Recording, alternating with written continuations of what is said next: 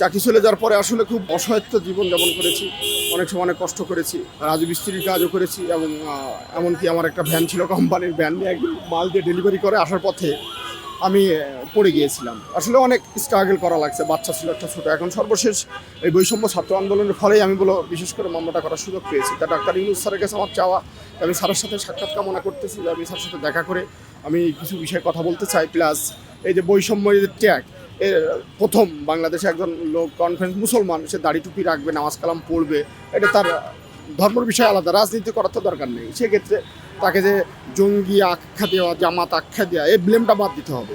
আমি মূলত মামলা করেছি লতা সমদ্দার সহ 18 জন এবং অজ্ঞাত আরও আছে, এবং পুনরায় তদন্তর প্রেক্ষিতে ওই তৎকালীন অনেকেই ফেসবুকে পোস্ট দিয়েছিল, তারা আবার ফেসবুক রিমুভ করতেছে। এগুলো সাইবার ক্রাইমে এগুলো তদন্ত করে দেখা হবে। যারা এই সঙ্গে তো জড়িত, এইটা সাম্প্রদায়িক একটা ইস্যু তৈরি করেছে, অবশ্যই তাদের বিরুদ্ধে বিজ্ঞ আদালত বিচার করবে। এটা হলো মিডিয়া ট্রায়াল গেল।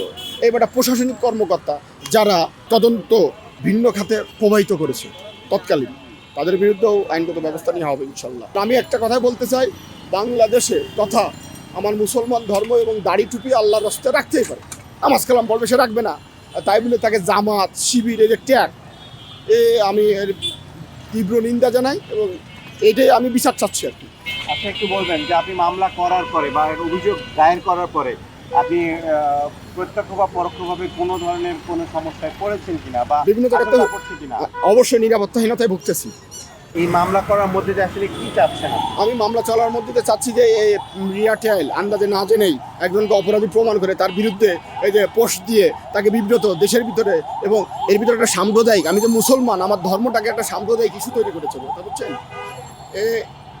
এই বৈষম্যগুলো আমি তুলে ধরার জন্যই মামলা, এবং এরা যে মিথ্যাভাবে এই যে ব্লেমটা করেছে, এর জন্য তারা বিচার হোক, এই বিচার কামনাই করতেছে।